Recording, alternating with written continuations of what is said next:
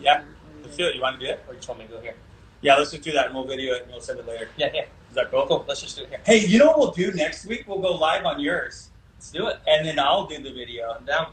Okay, Kevin Gunderson, tell everybody what's up. What's up, baseball world? I appreciate you coming on board to the Sasquatch 6 p.m. live Instagram show. Excited to be here. Isn't it feel good? Yeah, it feels great. It's warm in here. It is warm in here because it's my new man cave. All right, for all you guys out there, some of you guys have already asked me a lot of good questions, and we're going to dive deep into them because Kevin has lots of knowledge. Where he's going with the baseball world and pitching and everything is to the next level, and we're excited to hear about it. But first of all, Kevin, I want to get to know you personally better, and so does Instagram. So my first question to you is because we all know you had your run with the Beavers. Yeah. Can you explain to us what it was like to play at Oregon State with that group of boys, and then don't get into the World Series yet, but like lead up to it, and then we're going to talk about the World Series and your guys' run. Yeah. So, I mean, Oregon State was a blast. And Oregon State was a blast because we were with a bunch of guys that grew up with one another. Our roster was filled with guys from Oregon and Washington, and so to be able to play with them for 3 years on a daily basis was just awesome. You don't see it too often where a roster, especially a Division I roster, is constructed of guys that are from the same area. It says a lot about talent that came through this area, when we were coming up. So let's just talk about Casey. My wife just joined. Hi, honey. Oh, that's nice. That's nice that hopefully Carter and Maddox are behaving themselves right now. They were great here. They were angels. Maddox didn't break anything, by the way. So anyways, Pat Casey, let's talk about playing for him. I got recruited back in '96 by him, but he's a legend. I really want to dig deep onto what was it like playing for such a iconic coach like him? Yeah, he demanded a lot from his players, but he also gave us a lot. And it was one of those things where if we were taking care of our business, he was awesome. And if we were screwing around, he let us know, as he should. Any good coach and a legend that he is he's going to hold his players accountable, and he definitely held us accountable from time to time when we weren't meeting his standards. But we rose to his challenge, and pushed him to be better every day, just like we pushed ourselves. Dude, I love it. Okay, at what point in this season did you guys think we have a chance to go till the end? Was there a moment? Was there a game? Did you guys have a mantra? Did something happen to where you guys started believing that you guys can take this thing the whole distance? As crazy as it sounded, I think we kind of had a feeling after we went 2-barbecue in 2005. We knew that we had a majority of our team coming back. We lost Jacoby and Andy Jenkins, a couple of known names around the area, but we took a workman-like approach come fall, and as the season got going, we had that kind of quiet confidence. We showed up to the yard every day, and we knew we were good, but we worked really hard, and you could just kind of see it. We were consistent throughout the whole year, and we knew we were tough to beat at home. If we were able to host a regional and get a super regional, we knew we were going to be tough to beat, and sure enough, we kind of rolled through those games and made it to Omaha for the second time, 2005 and 2006. Yeah, so my question to you, one of the questions from the viewers, we appreciate you, was there a moment of luck in that run that went in favor of you that could have dramatically changed the difference of your guys' outcome? Or were you guys just on point where you didn't have a situation could go either way and it went in your favor? I think there was luck throughout the whole entire season, but we got beat pretty bad the first game against Miami, 11-1, and it was tough because we went 2-0 the year before, and getting there, it's so hard to get there. There's so much luck involved. Just one bounce of the ball here or there, one pitch here or there. After we lost, we knew it was like this. The way they set it up now, they give teams breaks in between games. We played 4 consecutive games in the losers bracket, and it hurt our pitching a little bit, but it showed you how tough we were. We got into a little bit of a rhythm as a team. We got into a daily routine. We'd get up at a certain time. We'd have breakfast together. We'd have team meetings. We'd go over different things. We left for the yard the same day because we played around the same time, and we got into a really good groove. We had one day off, and then we played North Carolina. We we lost to them. You know, Mother Nature came in. Cole Gillespie hit a 2-run bomb off Andrew Miller, who pitched, still pitching in the big leagues. And then we had a rain delay, and it killed our flow. We lost that game, and then we came back, obviously, in winning game 2 and 3. So it was a blast. There's luck all throughout, so it's tough to pinpoint just one. Yeah. That brings me to you personally, because I remember watching you in 06, and it was just like, I personally said, if you can just get the Gunderson, like the game's over. You took the mound like the game's over in your head. Can you speak to these kids these days that, like, what mentality? You're not the biggest guy. Yep. You don't throw the hardest. Yeah, I just hit 61 on Rapsoda a couple minutes ago. So yeah, you're old now. Yeah, you're old. But I think everybody noticed, like, when you took the mound at the end of the game, like, it was over. Our kids these days need to learn that kind of mentality, that confidence, that bulldog, that grit. Can you share some wisdom, like, when you were taking that mound, when you just knew it was over? Because we all believed it as fans, so you had to project that kind of energy. Yeah, I've always had a killer mentality. It's a game of competition, and you're out there to compete. And my outlook on it was either the guy in the batter's box is going to have the success, or I'm going to have the success. And yeah, sure, my size played a little bit of a role in developing that killer instinct. But I've said it for years, Mom, I love you. I'm not sure if you're watching right now, but if my mom was in the batter's box, I'd try and get her out. And that's just my mentality. And I've said that since I was little. I just it's just. I hope you can get your mom out, bro. You want somebody to have, the success, or do you want to have it? So it's just killer mindset every single day. You never take one day or the other for granted, and it's just, you got to go out there because the game's challenging and it's difficult, and it shows you different things. It shows you a lot about your character on a daily basis. Yeah. Okay, let's jump gears a little bit. Or switch gears. You went on the Pro Ball. Yep. Talk about the draft. Talk about going to Pro Ball. And then yours is going to be a little bit different than my story. You came out of a college experience which was second to none. Pro Ball is a lot different. Yep.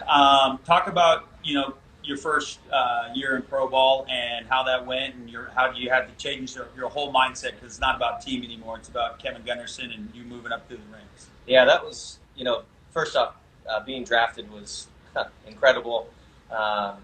It's unbelievable to hear your name called, something that's so difficult to explain. Obviously, you heard your name called. It's just all those years of hard work behind the scenes that's sometimes visible, sometimes not. Success, failure on the field. To hear your name called is something special, something that I'll remember forever. But yeah, you're right. When you get into Pro Ball, it's a dog-eat-dog world, and my uncle pitched parts of 10 seasons in the big leagues, and he told me from day one, your mindset's got to switch. It has to turn into be a little bit more selfish, and there's nothing wrong with that. Right. It was difficult at first because you're so used to everything being team-oriented, to now it's really all about me, even though you are playing with a group of guys that you become really good friends with. It's a completely different mindset from high school and college, and it's for some, they get into the groove a little bit quicker than others, and some people it eats them up because they're not used to taking on that selfish role. Right. So that leads into one of the questions from you guys out there, and I appreciate you guys. If you guys have any questions out there right now, go ahead and send them to us, because we'll answer them as we go. We'll make sure we get to them. One of the questions was what is the difference between college and Pro Ball? And I'm going to add something to that. You have some big-time draft guys now. What is your advice to the guys, college kind of versus pro, or giving them advice on both and letting them kind of be educated in their decision making?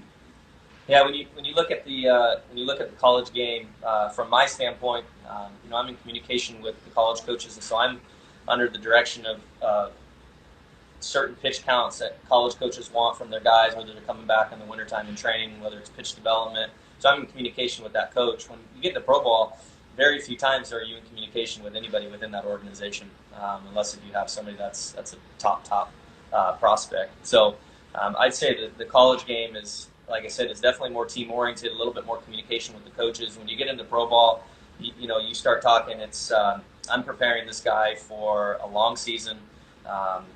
a season of a lot of ups and downs, lots of different things that can be thrown their way, and so it's you got to get into the individual mindset when you get into pro ball, and it's a little bit different because sometimes you can feel like you're on an island, and so it's great to be able to have strong relationships with the kids, and they can feel like they're comfortable to reach out in those times of need when they need an additional voice for some help. Yeah, dude, that's awesome. Okay, so Paul Sullivan out there saying Sasquatch and Gundy together in one. Nice little live. Instagram is epic. We love you. We appreciate you giving us a strong shout out. Also to my mother-in-law, Karen. Yes, I'm always hungry. I'm hungry too. And Gundy's hungry too. So thanks for thinking of us. Let's just ask some random questions at this time. So Jack Billy wants to know, what is your favorite golf course? Jack, are you setting me up for something here? He is. I think that's a setup question. If I was to travel somewhere and play, that was a great play right there. If I was to travel and play somewhere right now, to courses that I've played, I'd say Bandon Dunes would be up there on the list. If I was playing local, I actually played a little bit of golf today before I came in. Oregon Golf Club.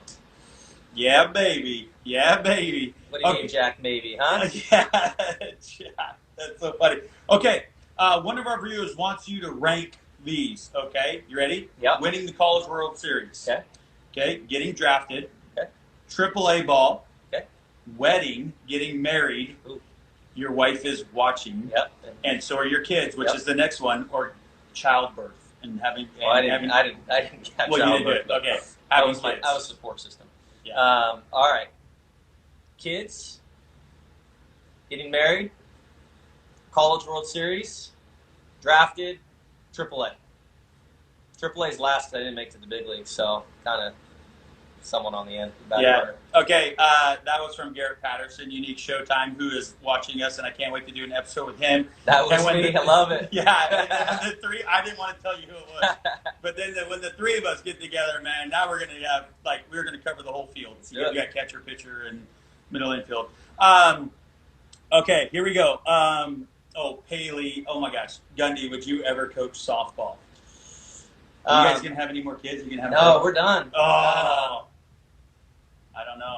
I wouldn't say no, but my boys are probably going to play baseball. If Scott needed a guest coach every now and then, I'd be happy to come out and help out.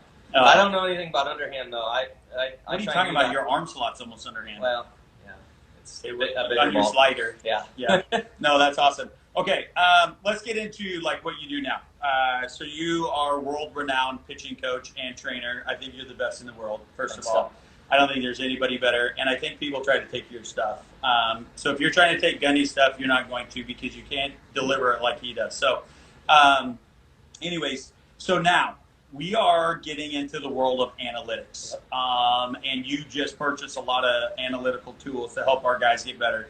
You constantly are getting new guys, getting big guys. Talk about the evolution and how important analytics are these days, and then I'll add to that question in a second. So just talk about it. I mean, it's here. Whether we like it or not, analytics are a massive part of the game.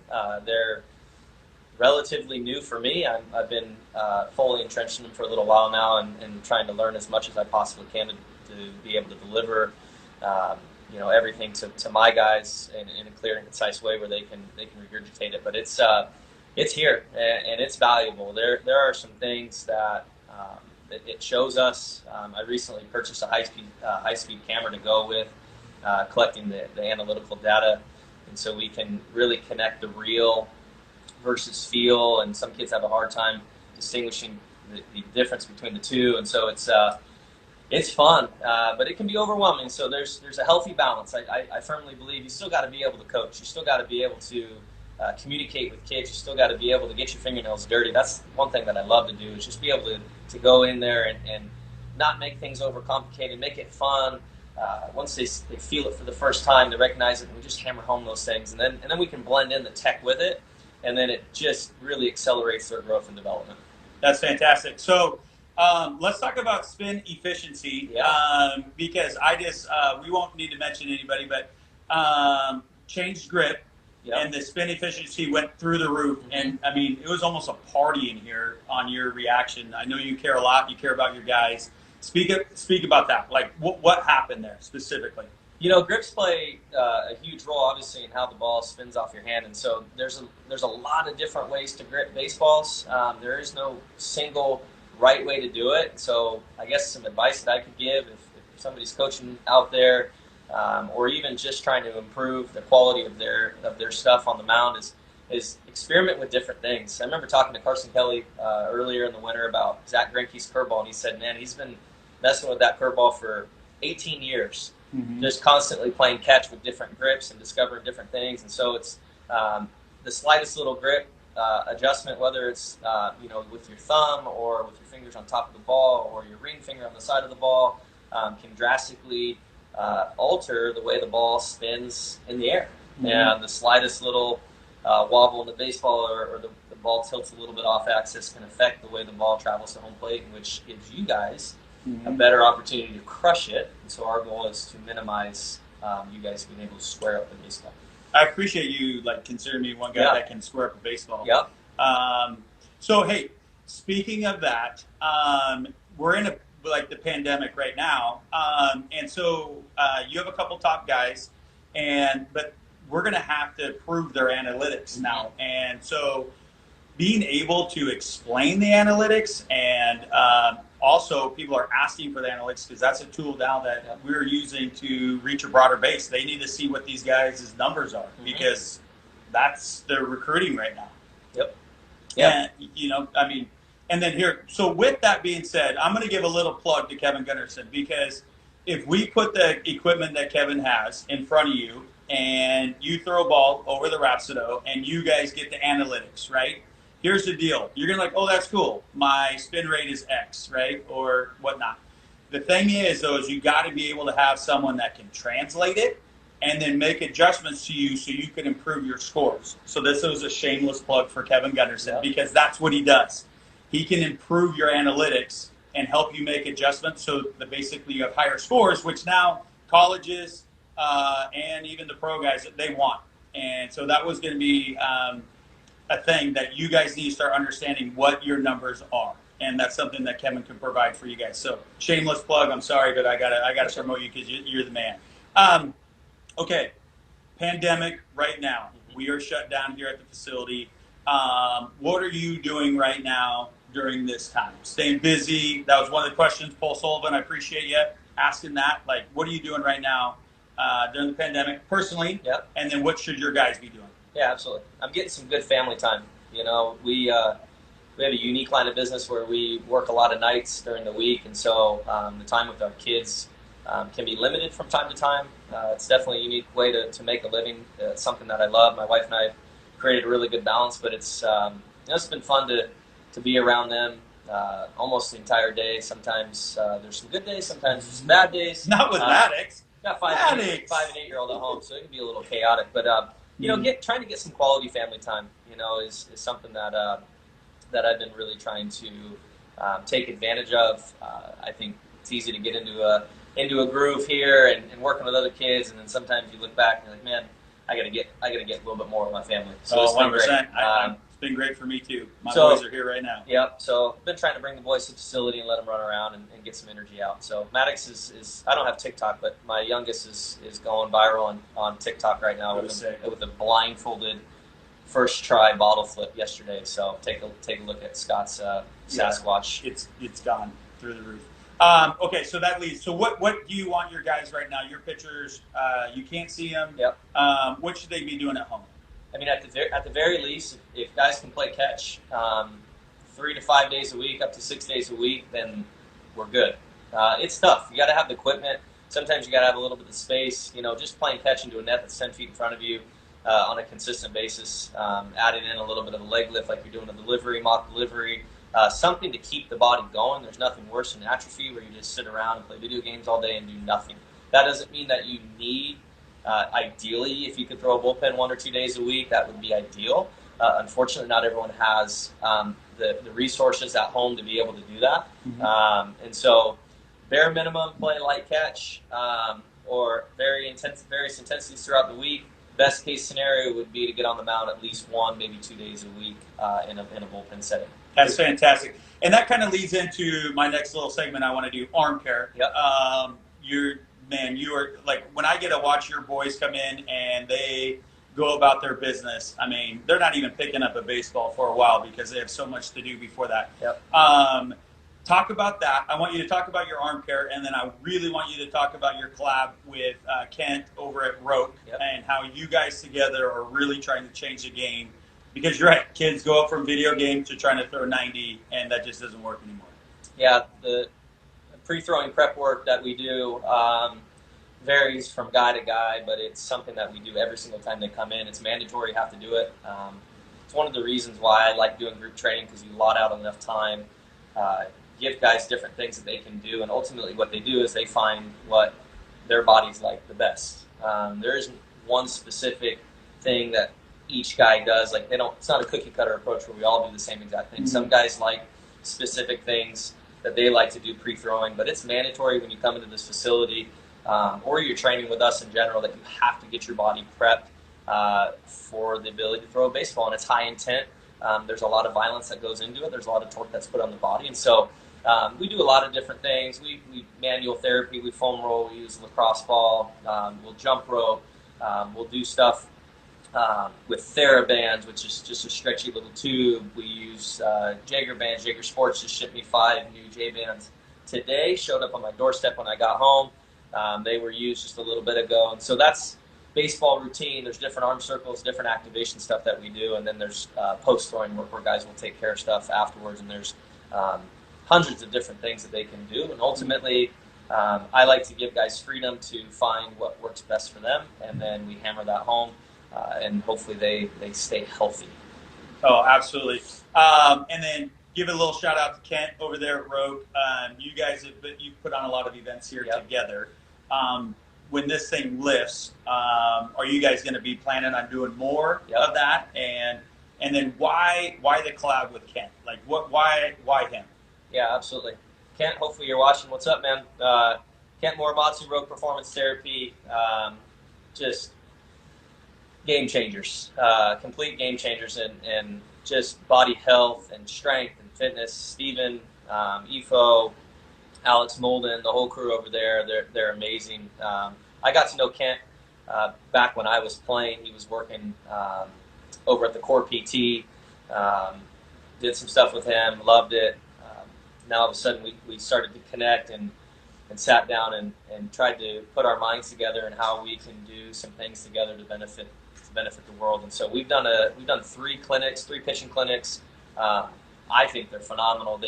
Rogue puts everybody through pre-throwing, stretching work, and then they do some testing stuff, and then I take over the throwing part, and then they finish up with the post-throw stuff, and then we get Rogue brings every kid a body armor and a meal to be able to fuel that body. But they do things at such a high level. I would say that I don't even know what the number is. I have so many kids, the high school age kids that I train, that go over to Rogue to handle all of their strength needs. I've got a bunch of guys that are up, 15, 16, 18, 20 plus pounds from this winter, and there's a direct correlation to adding that strength and flexibility and mobility with the throwing piece. You start seeing these guys' velocities that are climbing, but they're climbing in a very, very safe way. Yeah, I mean, and I think the biggest thing is why even here, and you hear me all the time, give a shout out to those guys over there. The reason why I love Gundy here, Unique Showtime's watching too. The biggest thing is we want to collab and use the strength of everybody around us to give what's best for you guys out there. And if you guys aren't trying to do the holistic approach, like, you can't see the gains. And that's the biggest thing for me. If you want to throw harder, you got to change your body. You got to learn what's going on over there at Kent with Rope and those guys. You got to learn the fundamentals. You got to have the mindset Kevin has, and then the analytics and everything like that, Then you need the hype from us at Sasquatch. Let's go. To make your guys' self better. You know what I mean? If you're not doing that right now, I'm going to go on a soapbox for 3 seconds. Soapbox. Okay, ready? Right now, the strong are going to get stronger. We have guys right now that we are following, and they are already talented, and they are going 3-4 hours a day, and they are getting after it. And when this thing lifts, they're going to explode, and they're going to eat your lunch if you are not ready to go. Okay? Some of you guys are getting lazy right now, and the grind is getting you, and this pandemic's getting you lazy, and you just ate a nacho with extra sour cream. I'm just telling you, you're going to get buried if you ain't grinding. Okay, I'm off. Yeah, it does sound good. But that's us. We're done. Dude, we're done playing. So we don't have to. Okay. I appreciate it. We got another question for you. Mental toughness to you. Talk about a pitcher's mental toughness on the mound. I'm sure you can go a lot of different ways with that, but let's talk about mentality on the mound. It really comes down to, for me, I mean, there is a lot of different things you can talk about, but it's just pitch to pitch. You know, how well do you respond to something in your eyes not going the way that you think it should go? I think so much with kids and the athletes nowadays get so consumed with external things, non-controllables, umpire being one. I have a rule when I talk to the kids that I train. If we were having a normal spring season and I didn't get out to watch them, and they come in on the weekend to stay sharp and stay tuned up, I want to know. I ask the question, how did it go? I have a pretty good idea of how it went, but if the first thing, well, it went well, but then there's always something that goes on away from that. So it's pitch to pitch. You may throw a pitch that you think is a strike, the umpire calls a ball. It's so what? You know, it's on to the next one. So many times kids allow that one pitch to affect the next pitch, and all of a sudden that inning snowballs into something that was so easily controllable. So easily controllable. The other piece to it just comes down to how bad you want it. You know, there's a point of wanting it too bad and trying too hard, but there's a massive side of it where it's just like, you know what, I'm better than that guy that's in the batter's box. Right. Respect whoever your opponent is, because most of the time when you let your guard down, it's the guy that you would never think that would get the hit, gets a hit off you. So it's taking pitch by pitch, at bat, one guy after the other, and just not trying to think too far ahead. Would you be? Is it fair to say though that like when you're coming and guys are watching, college recruiters and coaches and even the pro guys and the scouts, if they're coming to watch, they kind of want to see you mess up, right? And then they want to see how you handle it. Is that a fair statement? Well, absolutely. They're there for a reason. They wouldn't be there if they didn't think that you were good. As crazy as it sounds, I'm not a college coach. I'd love to someday, but we won't talk about that live. But you know, they want to see what happens when you get put into a tough situation. They want to see how well you respond, because they know that ultimately when you get to their school and in their conference, you're going to have to perform on the biggest stage in those situations. So many times, coaches get turned off by negative body language. Teammate behind you boots the ball, and umpire makes a call, and you go, they see that. They make note of that. It affects what happens when it comes to the recruiting process. So it's got to be that even keeled. When it's going good, you got to have that clear mind. When it's not going good, as hard as it is, you have to learn to just keep a stone face and just make it seem like nothing's happened. It's going to improve your chances, because I'm going to tell you, they're not going to want you, Pat Casey and coaching staff, my teammates, they're not going to want you on the mound in a national championship game with guys on first and second with a one-run lead with one out if you don't have mental toughness. If you can't survive a little bit of adversity here and there. Oh, I love that. Okay, I want to make sure we cover all the questions before we wrap it up. We got to wrap it up? No. All right. No, I'll go all night. Okay, show us your grips. Talk fastball grip. This is the secret sauce. We can talk about your slider versus everybody else's slider, because that's, I don't know, are you going to share that with the world, what your slider looks like? Then go change up, and then even talk breaking ball. We had a kid who wanted to see your grips. Yeah, I mean, there's a lot of different ways. I threw 4-seam, 2-seam fastball, so I just pretty basic. Horseshoe was next to my middle finger. Thumb was underneath the baseball. One big thing, especially for guys that have big enough hands, the thumb is a massive equalizer to some success. A lot of kids push their thumb on the bottom of the ball and push the pad of their thumb into the baseball. That creates a lot of drag and can drastically affect the way the ball comes off your hand. You want to let these two fingers, the top two fingers, do the work. 2-seam, I went slightly inside. I didn't go on top of the 4-seam or the 2-seam. I went slightly inside the train tracks, so I could still feel some seams, but definitely not on top. Thumb was in a very similar position. I had success with my 2-seam because I had a lower arm slot, so the ball naturally had movement. Change up for me was something that battled with for so many years because selfishly, I didn't work on it very hard. I was super selfish with it. For whatever reasons, I just didn't throw it very often. I didn't want to throw it because I felt like I could get by with my fastball and my slider, which held fairly true for a little while. But this made a massive, drastic change when I was on Team USA, national team in '05. Rob Walton, Oklahoma State pitching coach, is one of the best out there. We messed around with change-up grips every day for the entire summer, and I probably went through 50 or 60 different grips. And that's the biggest thing. I said it earlier. There's not one single grip. I didn't throw a circle changeup. I just threw what they call a C change. So my fingers on the side, my thumb and my index finger looked almost like the letter C. I hear so many times when I train kids that they're like, yeah, I have to throw a circle change. I have to throw it. I played with a guy at Oregon State that threw his changeup like this. His name was Jake Polstowade. He was a 7th or 8th round draft pick by the Rockies. I would never teach a kid to throw it like this. This was a money pitch for him, a money pitch. There's a lot of different ways to skin a cat. Slider, I threw it really, really unique. I held my 4-seam fastball. All I would do is just rotate the ball and slightly cock my wrist a little bit to the inside. And I mentally thought fastball, although my new camera the other day showed otherwise. Actually, when I would come through, my palm would come slightly up and I would cut straight across and it would create sometimes a nice little sharp little bend to it. That's the secret sauce right there. Yeah. I don't know if you could teach that slider though.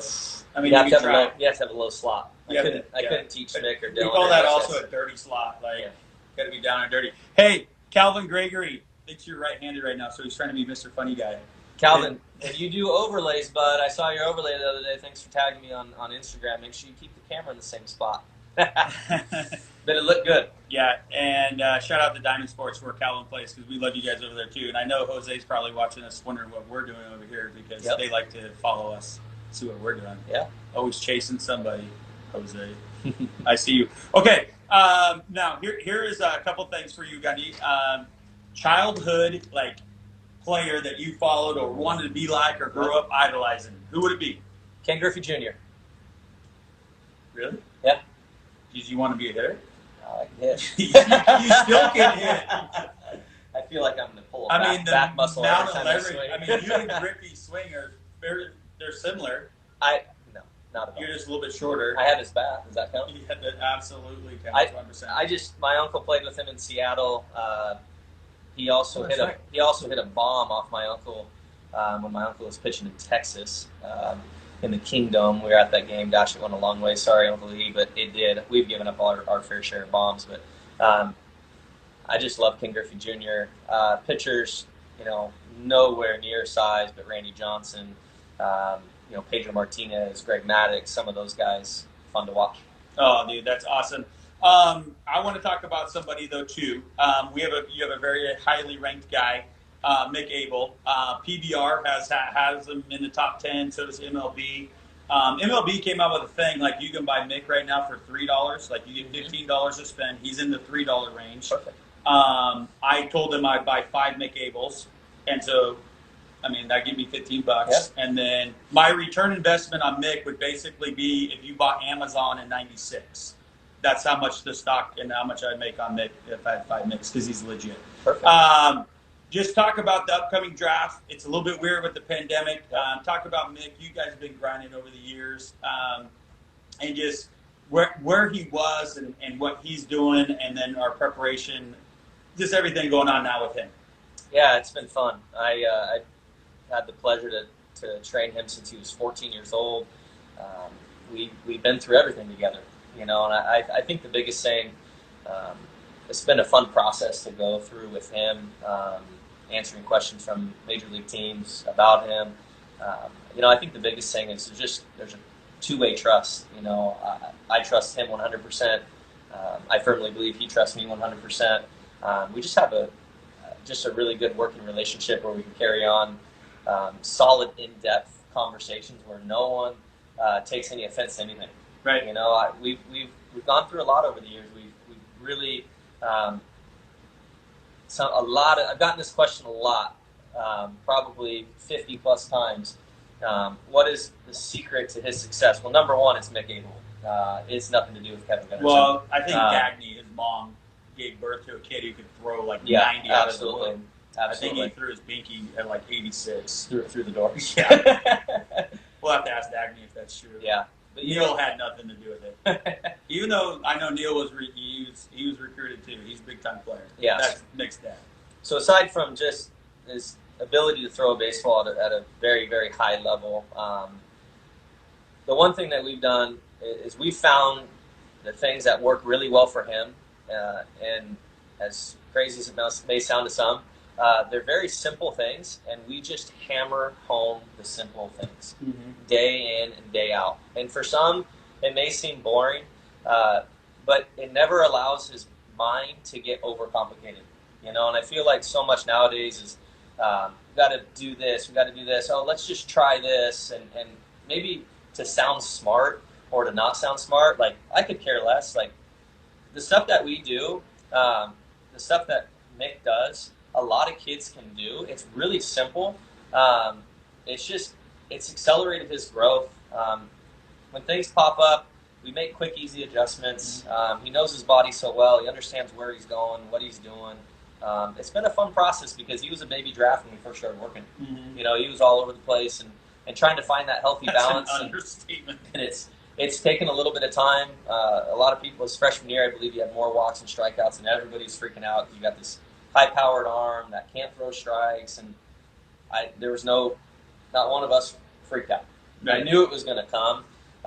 We worked really hard on his command, and sure enough, over the years, it's just steadily gotten better, and it's so good now. And he's 4 pitches for strikes at crazy high analytical numbers.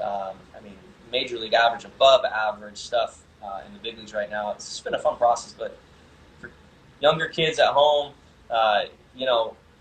stay to the basics. It doesn't have to be over complex, and that's one of the things that we strive for in this academy. Is when we come to pitch, is sometimes guys will say, "Well, that's pretty easy." It's like, it is easy, and let's just hammer that home. We don't need to try and sound smart. We don't need to try and bring in big words to sound smart. I don't know any big words. I keep it simple, stupid. We were talking about SET scores the other day. First school go around for me wasn't very good, so we just had Emma Antich though, got 32. On ACT. ACT. Nice. Yeah, it's pretty good. Yeah. Okay, Mick didn't. One thing that I'm so bummed about with Mick, when he was going to face Dylan McClain, at some point in the season, there would have been 5,000 people there, and anybody and their mother who had anything to do with baseball was probably going to be there to watch that battle. Yep. They didn't get it. Talk about the seniors out there that lost their senior year, like words of encouragement or anything you got for them. Yeah, we've never gone through something like this. It's extremely difficult. Our hearts go out to you guys, but one thing is, life's going to get back to normal here in a little bit. There is going to be a future for all of you guys. As hard as it is to miss out on that senior year, there's still stuff down the road that's going to be there for you guys to help accelerate your career and have some fun with it. Yeah, and the biggest thing is out there, you guys, is like, baseball's an awesome life teacher. There's going to be adversity, and you got to learn how to deal with it and overcome it, and then strive through it. For sure. All right, Gundy, we're going to wrap it up. Perfect. I appreciate you coming on the show. Anything you want to tell your millions of fans right now, or your pitchers, or if you want to say anything, you just let it rain. I love what I do on a daily basis. I'm so blessed with so many great kids that come through the doors, and hopefully more coming through the pipeline here in the near future. But keep working hard, keep your head down, make sure you're getting your schoolwork done, even though some grades have been frozen. But you're going to have to go back to school at some point. So excited to see you all again, hopefully real soon. Got some new gadgets and toys in here to be able to show off to you guys. Yes. And Alex Golden, what's up? Oh, the shark.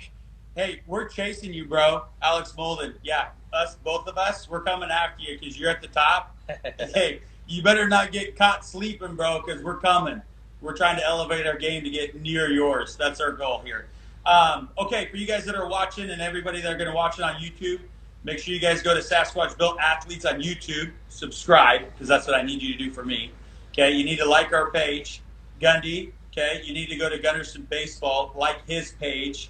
All right, he's going to be coming out with some more new content too in the near future. He's going to get crazy with all of his stuff. And so we're really excited about what you're going to be doing in the future because we're going to be elevating our game too. Yep. So I'm going to start putting some of my videos. I posted a lot of kids that I train, but I'm also going to start posting videos of the stuff that we do, and so the whole world can see what goes on a daily basis in here. Awesome. Alex Mullen sauce. I love it. All right. Hey, we arrived now that Alex Mullen sauce. All right. Hey, thank you guys for watching. We appreciate you guys. Hey, stay safe. But, hey, this is going to end, and I'm just going to tell you the strong are going to eat your lunch if you're not ready. So if you haven't started hitting or training or running or eating good and changing your body or pitching and throwing and arm care, okay, the ones that have, okay, they're going to cause so much psychological damage inside your brain. Just make sure you guys have enough money for counseling. So, anyways, I went on soapbox again. Yeah. I do that. Hey, that just comes out, though. You're good at it. Okay, see you guys. Yep. See you guys.